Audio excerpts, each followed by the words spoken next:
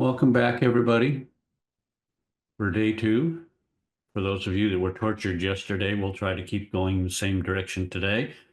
Those of you that enjoyed it and learned something yesterday, hopefully we can do that as well today. So we're going to talk about CMMN, case management, and SDMN, the shared data model.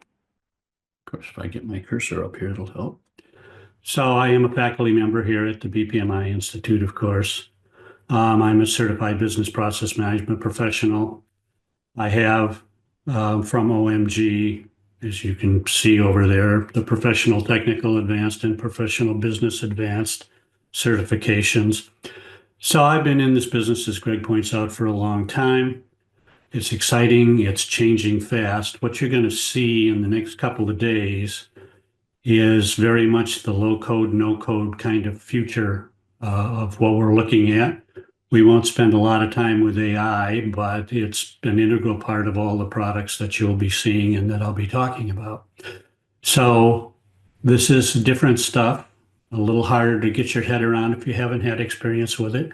Don't be frustrated if you feel like you're getting a little confused or left behind. Just stop us and we'll chat through whatever we need to do.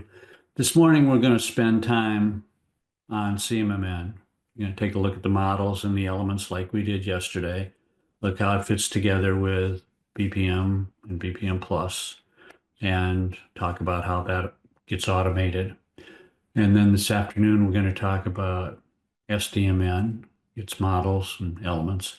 So it'll be the same basic conceptual idea in terms of format of yesterday. It's simply that the material information is different.